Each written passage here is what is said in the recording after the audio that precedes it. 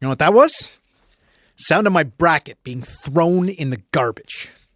Okay, I'm pretty certain quite a few people listening to this podcast right now did the exact same thing.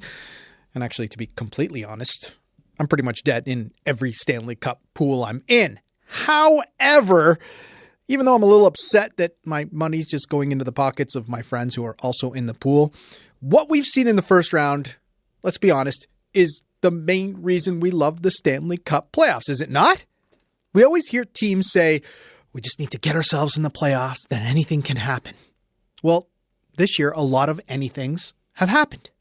I'm not trying to knock any other sports, but you cannot sit there and look me right in the eye and say that the first round of the Stanley Cup playoffs is not the best of the bunch. You just don't know what's going to happen. 62 wins, big deal. You're heading home in 4. Stinging loss for the Tampa Bay Lightning. 8.9 seconds left. Their marketing phrase for the playoffs is, it's time. Well, for the first time in their franchise history, the Columbus Blue Jackets have advanced in the Stanley Cup playoffs. First place in the Western Conference doesn't mean anything when you've lasted just 5 games. 3 Game 7s, one of which saw a 3-goal third-period lead erased after a very controversial 5-minute major. Stone had the puck but gave it back to Erik Karlsson. Karlsson comes in. Here's Barclay Goodrow.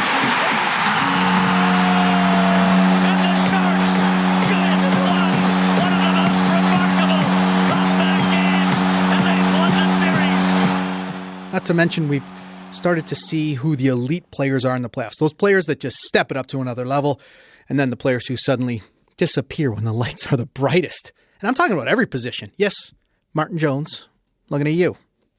Now, with the exception of one series, at the time I'm recording this podcast, 7 series are done, and what a ride it's been. You know what? You can have Game of Thrones. I'll take the first round of the Stanley Cup playoffs each and every year. On this week's show, we're going to at least try to hit as many of the storylines as we can. The upsets, the controversial calls, the individuals who stepped up. Literally everything. And we're going to do it with Jeremy Roenick.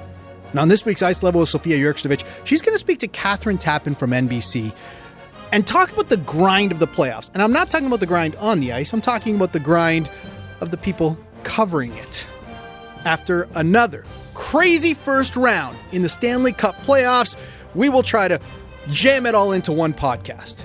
I'm Rob Pizzo, and this is the Hockey Night in Canada podcast. Hello, Canada and hockey fans, United States and Newfoundland.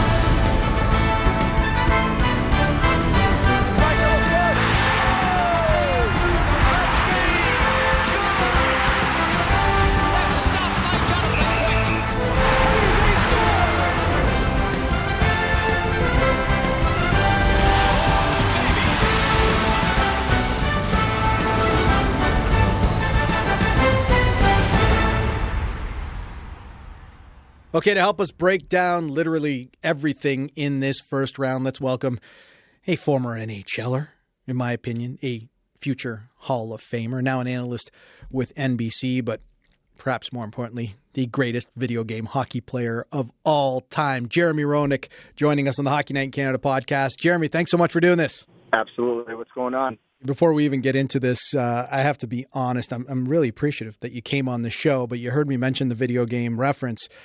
Growing up, I couldn't stand Jeremy Roenick because my brother was a Blackhawks fan. So when we would play NHL 93, he would be the Blackhawks, and you'd kick my butt every single time. So I just wanted to get that out of the way. It's the best. The Kings suck in this game. You should play another team. I took the Kings to the Cup. Yeah, against the computer with the offsides. They're a finesse team. They're a team score. Oh! It's not even so much me as it's Roenick. He's good. Oh, is that right? It's the best. I love it. I'm so happy you said that. That was the best thing you said so far, so I appreciate that. Oh, man, I still remember trying to get the rule in our household that you weren't allowed to be the Blackhawks because Jeremy Roenick just was too good in NHL 93.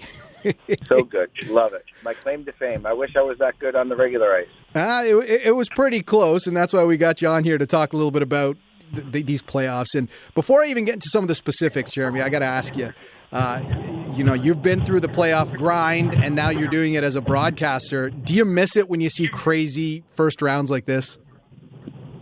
No, I don't miss it one bit. I put the skates on. I've tied them up. I've played. Again, I've been in the rinks.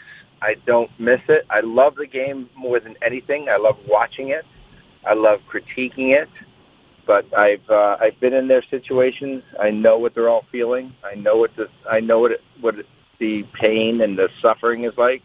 I don't miss it one bit, but I love watching it. So, that's, for me, that's all good. All right, well, let's get into some of the specifics, and I think you know where I'm going to start because not too many people had the Tampa Bay Lightning out in the first round, and even the people that did, I can almost guarantee they didn't have them getting swept. 62 wins in the regular season. Is this one of the most shocking first-round exits you've ever seen? Well, I think it's one of the most shocking first rounds that we've seen in over 2 decades. Never in the NHL has the number 1 seed in the West and number 1 seed in the East both been eliminated. Not only that, but the Washington Capitals have a chance to make history even more and either winning and staying afloat or being the first time that every single division winner gets knocked out in the first round. It's been a crazy, crazy first round, and it's been a lot of fun for us to watch. But we're gonna have a crazy run to the finals, and nobody can pick what's going on here, which is why NHL playoffs are the best sport in the world for playoffs. No question about it. I swear you listened to my intro to the show because that's exactly what I said. As crazy as it is, and as crazy as most of us are probably out of our playoff pools, this is why we love it, right? I mean, there's no other sport where the first round could be so unpredictable, and suddenly the Stanley Cup is up for grabs. Well, especially the first round. How many people do you think took Columbus to beat Tampa? Yeah, maybe 1 out of 1,000. The crazy thing is, even the people in Columbus weren't picking Columbus to win. There's no question about it. But give Columbus a lot of credit. They came out and they found a mentality, and they found a system and a work level that just took away Tampa's will, period. Jeremy, I wanted to ask you about having that target on your back because, I remember 91, the team you were on, the Blackhawks, they won the President's Trophy, and you end up getting bumped in the first round by the Minnesota North Stars. And I'm not doing that to bring up any bad memories, but I'm just wondering what it's like to be that team, the best team in hockey going into the playoffs. Do you feel like you have that target on your back? Yeah, absolutely. I mean, no question about it. Everybody wants to knock you off. And when you're the best team in the league, everybody else doesn't have any pressure. All the pressure is on the best team. And if you don't perform and you don't live up to the expectations, the next thing you know, you're going to be out. If the top players don't score goals, there's so many dynamics that can happen. And we're seeing right now in the playoffs that hard work is beating talent, 100%. Because talent can't find the hard work all the time. It's crazy. Yeah, it is. And one more on this series before we move on. I wanted to ask you about John Tortorella because, that clip of him in the dressing room before Game 1 talking about standing there and motivating his team. Forget about skills. Forget about X's and O's. It's a mindset of believing. It's amazing what can happen. So you stand in there. You stand in there and you don't take a backward step. Not for a second. It's a great opportunity to stand right face to face with him and go right to him. There is no one taking a back step here. All right, let's be real. You've played for a lot of different coaches with a lot of different, let's call them motivational tactics in Mike Keenan, Daryl Sutter, Ken Hitchcock. What does that do for a team when your coach kind of brings it to another level? Do you see a difference with coaches, playoffs versus regular season? No, I mean a coach can only do so much. Coach can only say so much. He can only motivate you so much. He can give you the system that you need to play. But when it comes down to it, you have to be the person that decides that they want to put the effort out, and you want to play the way that's outlined for your position, and you want to play for the guy who's sitting next to you. So coaches, when the game gets on the ice, coach can only have so much say. They can change lines up. They can, like Berube did in, Game 6 for, Game 5 and 6 for the St. Louis Blues. And kind of, how Cassidy split up his number one line, put Pasternak on the second line, and kind of change things up. But the most part, it comes down to the players and how the players decide they want to play. And, nobody gets fooled. Everybody sees who's in it and who's not. And usually the teams that are in it to win it usually come out on top. Now, a little different scenario in San Jose, Vegas last night, because I thought both teams left everything on the ice. It was just who was going to get the next break. That's a little different story. But, that's what makes hockey so much fun, because that game last night between San Jose and Vegas might have been one of the best games that we've seen in the 2000s, since the turn of 2000. So, it's just a great thing to watch, playoff hockey. You mentioned, and we'll get back to that series in just a second, but you mentioned the players that really do step up. I mean, we see it all the time.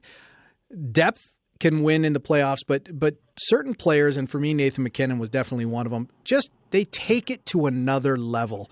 Who have you seen so far in the playoffs that really kind of resembles Jeremy Roenick from NHL 93? I mean, who have you seen that you're like, this guy looks like a man possessed? Well, I will tell you a couple guys. I will tell you some of the guys that are out right now. I mean, Mark Stone, he was great. I will say Hurdle, Logan Couture.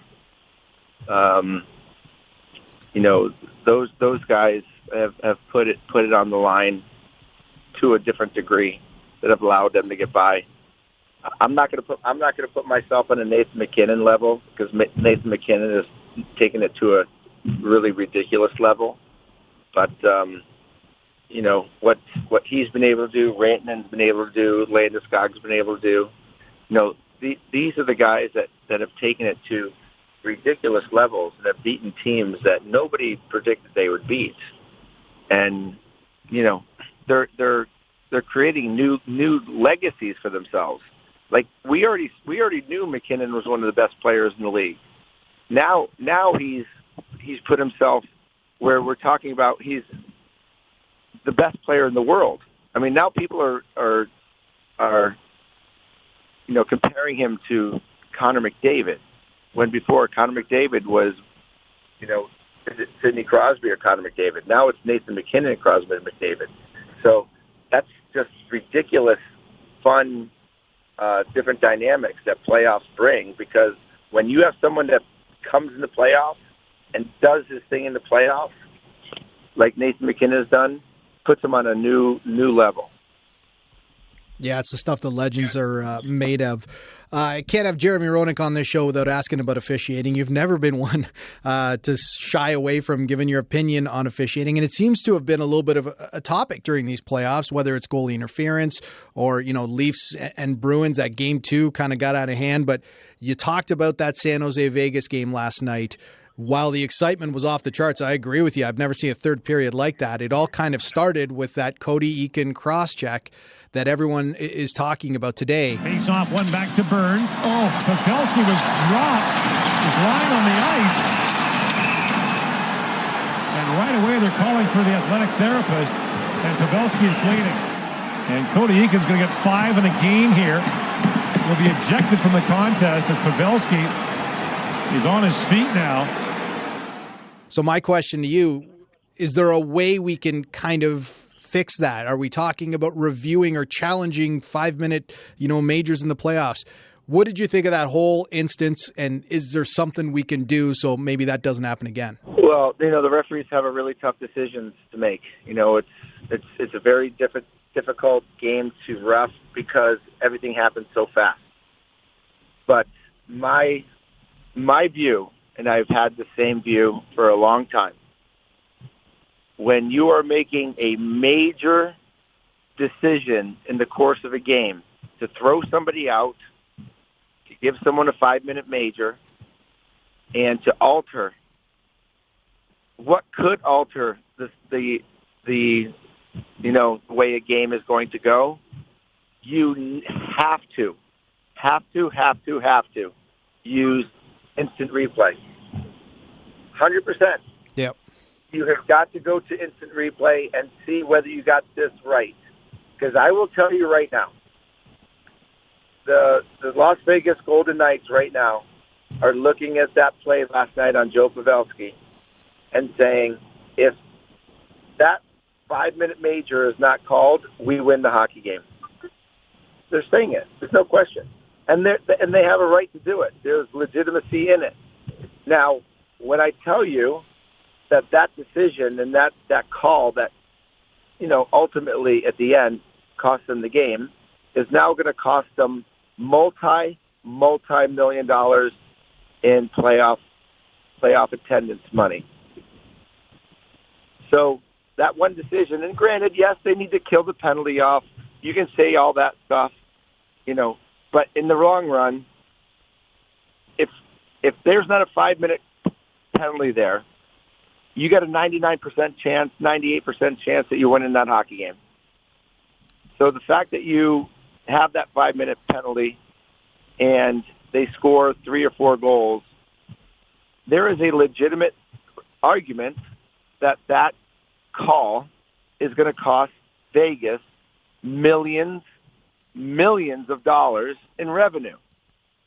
So if it's going to cost a team millions of dollars in revenue, why is it bad to take 2 or 3 minutes to look at a tape and make the right call? And I will tell you, Eakin's cross-check on Pavelski, even though I'm a Sharks fan, even though Joe Pavelski is one of my favorite people in the world, Eakin's cross-check was not worthy of a 5-minute penalty. Joe got his feet caught up. Unfortunately, he got caught in a weird situation with his body, but it wasn't a 5-minute penalty. You know what was a 5-minute penalty? Was Fogel's cross-check on Oshie, 3 feet from the boards. That got a 2-minute penalty.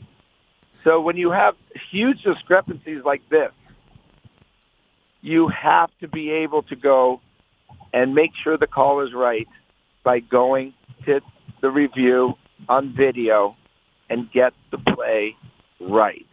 Because right now, millions of dollars are now changing hands because of a decision.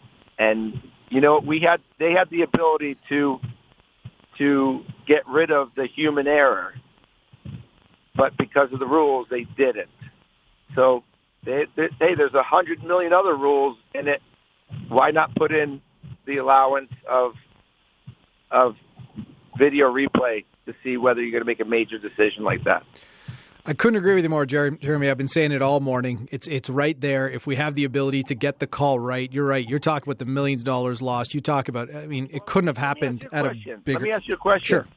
They reviewed Alex Ovechkin's goal that got pushed into the net, right? Yep.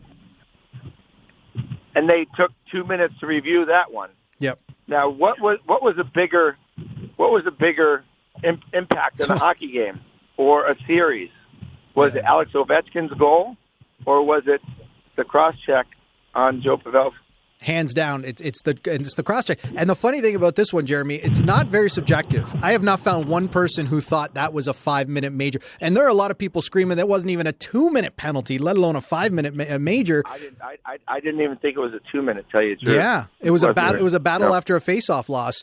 And so when it's that clear. The problem was Joe Pavelski got caught with his feet caught in a different position, and he lost his balance. Yep. And he fell awkwardly. That happens in a physical contact game. And you know what? I'm going to tell you, at the end of the series, at the end of the season, I know Joe Pavelski. He's going to look at that, and he's going to be like, you know what? Yeah, it was an unfortunate situation for me. But by no means was that a 5-minute major that ultimately cost them the series.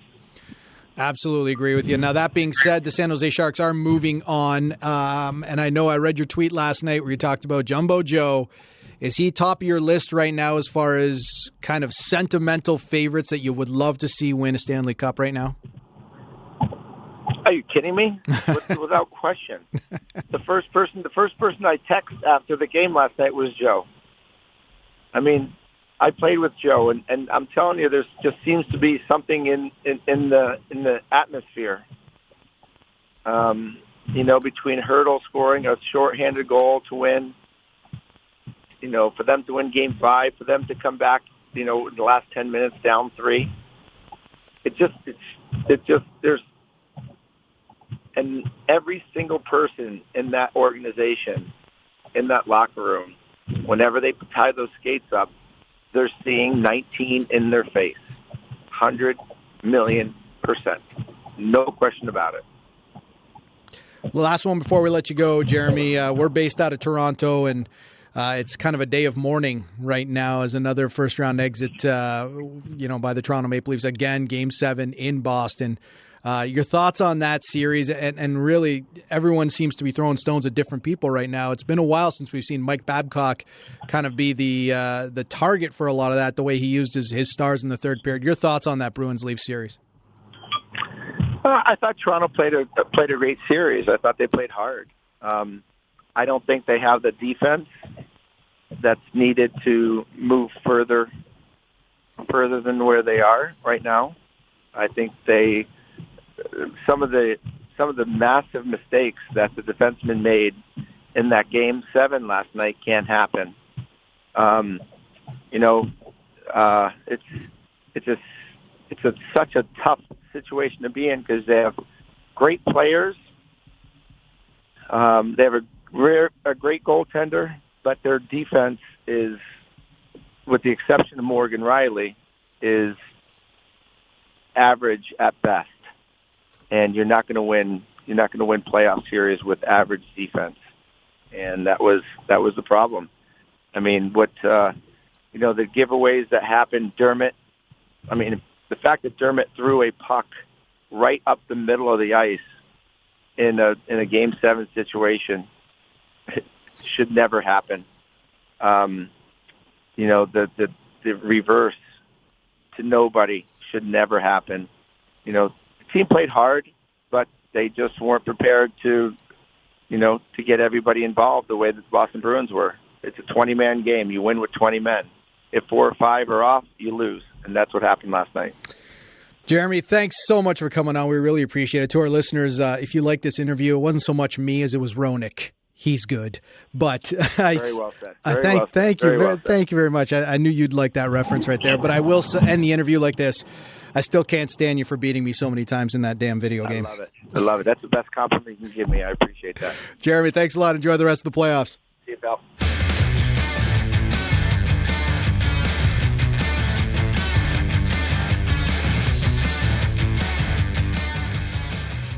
I've probably said this about 5,000 times on the air. I have the greatest job in the world. I'm never going to complain about what I do for a living, but it is still work. And yes, I'm never going to try to say that the grind that us broadcasters go through is the same as the grind of the Stanley Cup playoffs, but it is a grind nonetheless.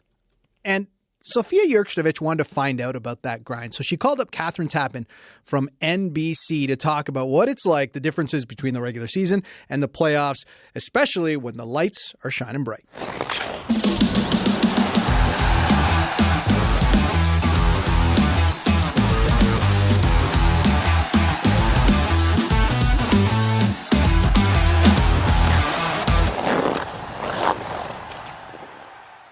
Katherine Tappen is a longtime sports journalist and reporter, and most recently is known for her work as a host of NHL games and events on NBC. She has a great hockey knowledge and an experienced eye of the game, so we wanted to get her assessment of round 1 of the Stanley Cup playoffs and also have her explain the grind that reporters go through during the postseason, since she has firsthand knowledge of what it's like to live and breathe the NHL playoffs. But first, what went wrong for top-seeded teams or right for the wildcard teams in round 1? when you look at the Columbus Blue Jackets and the acquisitions they made at the trade deadline, and I'm just using them as an example, but they brought in a couple new players. They had to find a way to create that chemistry in a short amount of time, and they did it while also chasing a playoff spot. So they were, in a short amount of time, they came together, and now you're seeing that togetherness unfold in the playoffs. And there's something to be said for locker rooms, for really good locker rooms. I mean, a couple of the teams that have been eliminated, since they have been eliminated, I have heard different stories that have been going on within the locker room from very credible sources regarding whatever was going on at the moment. And it sort of explains why the team was not able to gel. The locker room chemistry carries a huge weight when it comes to the Stanley Cup playoffs, and the teams that win the Cup will be the first ones to tell you that. When I do my bracket, and trust me, my bracket gets ripped up usually after the first round, but I do tend to pick teams that are playing really well going into the postseason. Teams that are driven, that are motivated, that are winning really hard hockey games to get into playoffs. They're facing teams that are already eliminated, that have players on the ice that want to get jobs for next year. And that's what they have to battle to get into a postseason position. And teams tend to ride that momentum once the playoffs begin. So I've always been a big fan of those wild card teams. I mean, the LA Kings are a perfect example from years ago when they were at 8 seed, barely got in, and then they went on and won the Cup.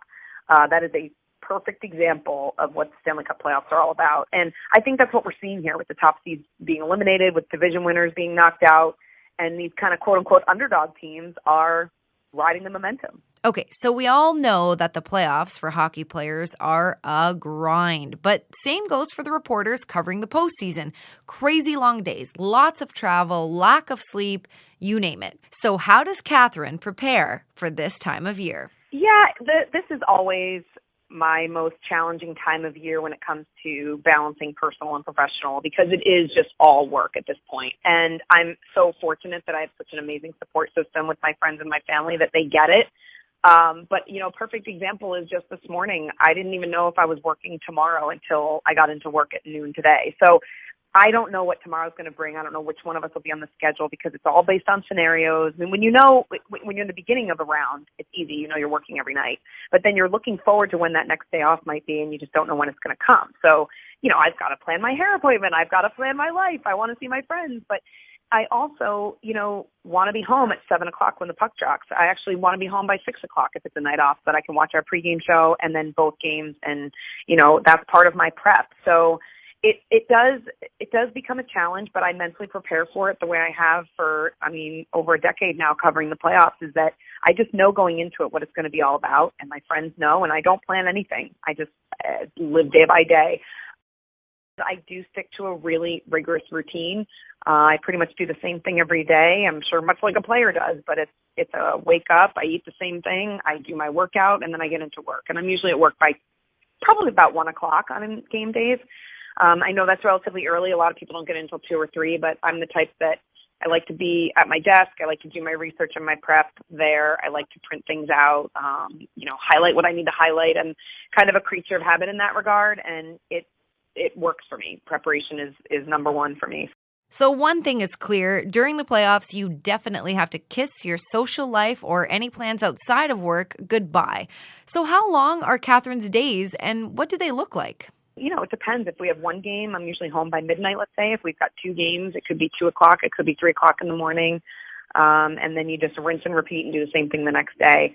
And when we hit the road, it's a different beast. It just involves packing, and it involves a little bit more flights and more travel. But I'm also prepared for that too. I know what's coming, and that's also the most exciting time. It's the Cup final. So, you're ready, you're geared up, the end is in sight, summer's coming, and you just get through it. I actually find too, when the playoffs are over and, we go from the playoffs to the NHL awards and then to the NHL draft. So by June 25th, I'm perfectly clear for at least a month.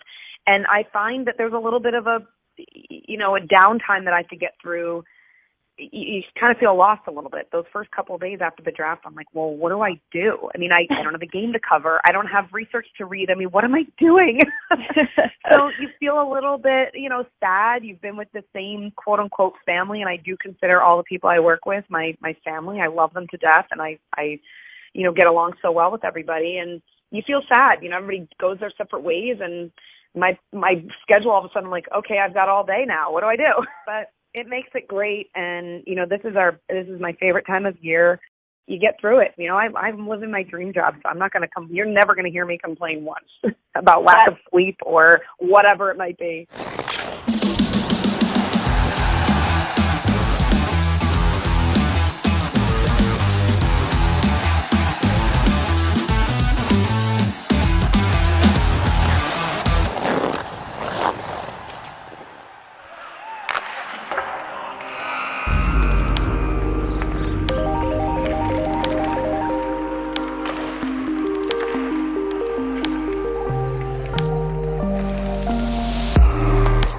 Our social media question is simple, yet in my opinion, it was necessary because the question was, with the first round nearly complete, who is your Stanley Cup favorite and why? And it's necessary because, well, so many Stanley Cup favorites, or at least Stanley Cup picks, are golfing right now. This was, as we've been talking about the entire show, just an absolutely crazy first round of the playoffs. So we asked you that question. So let's go through some of our answers. We put it everywhere, Instagram, Facebook. Let's start with Sahej S18. Bruins, because they have a strong roster and the best first line in the NHL. Thanks for the comment. I agree that first line is pretty incredible. As Jeremy Roenick mentioned, we saw Pasternak on the second line a lot. And the other thing I want to point out, especially in Game 7, it wasn't that first line that killed the Leafs. It was Joakim Nordstrom. It was Sean Kuraly. It was the depth of this team that's kind of been in question the entire year. There were a lot of points where people looked at the Boston Bruins and said, you know what? If that first line's not scoring, this team can't win. And I'll take full responsibility. I kind of had that thought throughout the year as well. But man, their depth and their experience really showed in that series. We didn't see a team panic a lot. They were down 3-2. They played with the desperation they needed in Game 6. And they weren't caught up in the hype of Game 7. Kyle Jensen, 15, says Bruins because I've liked them my whole life and they have really good players. Good analysis there, Kyle. And I like Sony BC 2017. I'd like anyone but the Bruins. Something tells me Sony BC resides in the Greater Toronto area. Cameron Lywood says, would love to see the Avs win it, but I'd be okay with the Blue Jackets, Blues, and Sharks, as none have won a cup and have been around for more than 2 years. There are sentimental favorites. The Blues, as you mentioned, haven't won a cup. I was talking to our producer, Sonny, before the show, and he talked about if the Blues win the cup, that means that the longest drought in the NHL is the Toronto Maple Leafs. Drought is an interesting word because they've never won the cup. They were part of that 67 expansion. And he's shaking his head at me right now. And as you may have guessed, Sonny cheers for a certain team that's in blue and white. So he doesn't want to see that happen. But we talked about this with Jeremy Roenick. San Jose Sharks. The San Jose Sharks have been so good for so long that you kind of just want to see them finally win. Kind of like Washington last year. Last year was the first year that Washington really weren't the number one pick for a lot of fans. And that was the year they did it. San Jose is kind of this year. San Jose came in with one massive question mark, and that massive question mark was between the pipes and Martin Jones. Martin Jones was a huge reason why they won that series against the Vegas Golden Knights. I don't care what you say. You make 58 saves in a crucial Game 6, you're one of the reasons your team is moving on to the second round. I'm not saying Martin Jones is suddenly a front runner for the Conn Smythe Trophy, but I'm saying Martin Jones was not the sub-900 save percentage Martin Jones we saw during the regular season. He was better, and he not only made more saves, he made key saves at key times. The other goalie that was really in question was Mike Smith. And despite the fact that the Calgary Flames are out in 5 games, Mike Smith is not the reason for that. Mike Smith played very, very well. The reason for that is their stars didn't show up. I mean, Johnny Gaudreau can't expect to help his team get to the second round of the playoffs with a grand total of 1 assist in 5 games. Just ain't going to happen. Let's keep reading some of these responses. The playoffs are done for me. I don't care who the teams are that are left to win. I wonder how many people think that. If your favorite team, maybe this should have been our social media question. If your favorite team is out, is that it? Are you watching Game of Thrones instead? Are you seeing what's on Netflix? Or do you continue watching? And the other question I'm always curious, actually 2 of them. One, especially if you're in Canada, do you cheer for another Canadian team? Now all 3 are gone, but are you one of those fans that says, no, I'm not cheering for another Canadian team. I'm only going to cheer for my team. And 2, do you cheer for the team that eliminated your team from the playoffs? Do you get some solace in the fact that you could say, well, at least we lost to the eventual Stanley Cup champions, or do you just want terrible things to happen to them? Greg Torrey says, the parity this season is amazing.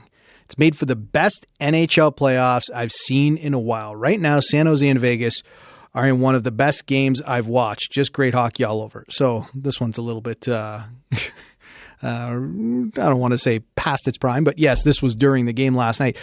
You know, couldn't agree with you more, because you look at the teams that are remaining in the playoffs. Okay. Dallas were in the playoffs last year. St. Louis were in the playoffs last year. Carolina were in the playoffs last year. The Islanders were in the playoffs last year. Colorado, Columbus, both were first round eliminations, and San Jose and Boston were second round eliminations. And of course, there's that team in Washington who lifted a big silver trophy over their heads. But the fact that you've got this many teams that weren't in the playoffs last year in the second round, I've always been a fan of domination. I like seeing teams dominate, but I also like seeing this. I also like the fact that you've got fan bases that are suddenly, eating up hockey. The Columbus Blue Jackets had thousands of fans at their practice. Think about that. They were a 50-1 underdog to sweep. I'm going to make that very clear. They weren't 50-1 in that series, but the odds of them sweeping that series were 50-1. Buster Douglas was 37-1 against Mike Tyson. Let me just put that out there and see what you think about that. Just incredible. Charlie, Washington again. It is our goal to complete 6 Stanley Cups consecutively. Well, that's about 1,000,000-1 that they're going to win 6 cups in a row. However, the odds of them winning again, as of this recording, are 6.5-1. Wouldn't that be cool? Could you imagine if the Capitals win again and OV once again wins the Conn Smythe? You look at the last 4 years: Pittsburgh, Crosby, Conn Smythe; Pittsburgh, Crosby, Conn Smythe; Washington, OV, Conn Smythe; Washington, OV, Conn Smythe. I've always been on Team Sid. I think he is the best all-around player of this generation. But if you are somebody who likes the Sid versus OV conversation, guess what? That certainly throws a little gas in that fire. Big thanks again to everybody who wrote in. We love hearing from you. We're going to do that each and every week.